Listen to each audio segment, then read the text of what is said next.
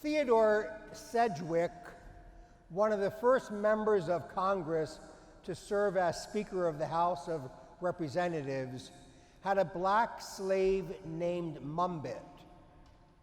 She was pressed into a kind of a service as a foster mother to Sedgwick's children when his wife was put in an insane asylum.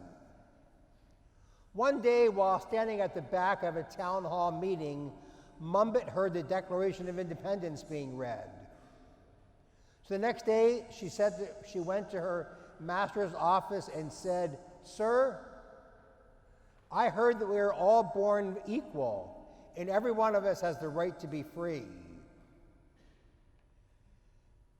Sedgwick promptly began legal action on her behalf, and a decree of freedom was obtained for her. So now Mumbet was a former slave. But she was so grateful to Theodore Sedgwick that she remained in the service of his family for the rest of her life. I think this true story is a parallel to the biblical understanding of the human condition in relation to God. Through God's love and through the gift of faith, God has freed us from slavery to sin. And our response to this gift should be to dedicate ourselves entirely to God who freed us.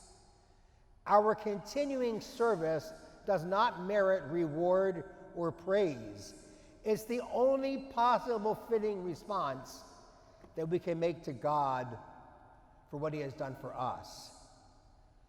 Perhaps this is why Jesus calls us unprofitable servants and says that we were only doing what we were called to do in the first place. Stop and think about it. All that God has given to you, to me, the many ways that God has blessed our lives. I am embarrassed that I am not more generous, embarrassed that I am not more giving. Perhaps you feel the same way. Our generous service to others is the only possible response that we can make to God, who has freed us and given us everything. There comes a moment in every life when we have to admit that in our service to God, we have not done enough. We could be better than we are. We could do more than we do. It's only basic honesty to acknowledge that we are unprofitable servants. At first, this might seem like a downer, but it's just the truth. We're all, as one other translation says, useless servants. Faith is a gift freely given. It is not a reward for achievement. In the beginning of today's gospel, there is some evidence that the disciples are starting to gain some insight into the message of Jesus. They are starting to realize that the most important thing is to acknowledge what God has done for them. They are aware of what a great gift their faith is, and that it is a gift freely given to them by God. So the servant in today's gospel is not rewarded with a banquet, even though he's worked all hours of the day in the fields. And as I said, if that's not bad enough, he's then called useless, unprofitable. He's been doing his job. He has done everything his master told him to do. And what does he get? Almost a reprimand. You have only done, buddy, what you were obliged to do. It's not easy to hear these words because they seem so harsh. But basically, Jesus says that when all is said and done, we have done nothing more than our duty, what we were asked to do. And while it can seem harsh, the point of this saying in today's gospel seems to be this: obedience to the law, one's duty, as good as that can be, does not necessarily put us in a right relationship with God that involves feasting and rejoicing. It is faith that puts us in a right relationship with God. We can look at the Pharisees who were obedient to everything in the law, but that did not assure a relationship with God. I'm all for obedience, especially when someone is reporting to me, but that's not the point. What puts us in a great relationship with God is our faith. That's it. And then faith is the openness to God's finding, God's healing, God's redeeming and saving. Those who merely serve God are capable, but still unprofitable servants. But those who, despite their weakness and their imperfections, allow God to save them, they know the abundance of God's salvation. They know faith. So if you're trying to get this right by being perfect, you're getting it wrong. The only way to become perfect is to become imperfect. Or let me say, no, we don't have to become imperfect. We already are. The only way to be perfect is to accept your imperfections and allow God, in his abundance of salvation, to save us.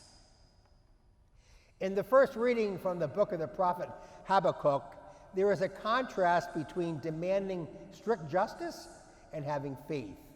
It's not the just life that brings a person to life with God. It's the faith of the just person that brings a person to life with God. And the difference is enormous, because we might live a just life, so to speak, on our own behalf.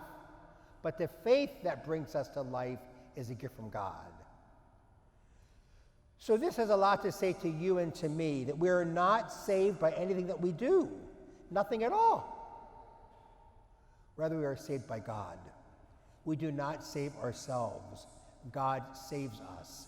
In fact, has saved us. Thus, it is not our life and our work, our good deeds that will save us. It is God who saves our life and our work and our good deeds. After all, do I need to remind us that we're unprofitable servants? We simply cannot earn God's favor by our good works or by our obedience to the law or by anything else for that matter. Jesus wants his apostles to act like servants who are grateful for the opportunity to serve. No amount of service wins God's love. I'm kind of an enemy of that phrase, giving back, giving back. No. First of all, you had it in the first place. And secondly, you're not really giving back. You're just living the opportunity that God has given to you to serve. No amount of service wins God's love. God's love is a free gift. It is in response to that love that the apostles are to serve gratefully and faithfully. It is in response to that love that you and I are called to serve gratefully and faithfully. So we try to love God and serve God not because it will win us a place in heaven. We already got a spot. Rather, we try to be like Mumbit, who, having been freed from slavery, continued to serve, but out of gratitude, out of thanksgiving. It's the only possible response that we can make to God, who is good and loyal and faithful and generous and kind and caring, compassionate, forgiving, and merciful to us now and forever. We approach the table of the Lord grateful for all that we have been given and committed to serving God, because he's just been so great and so generous to us.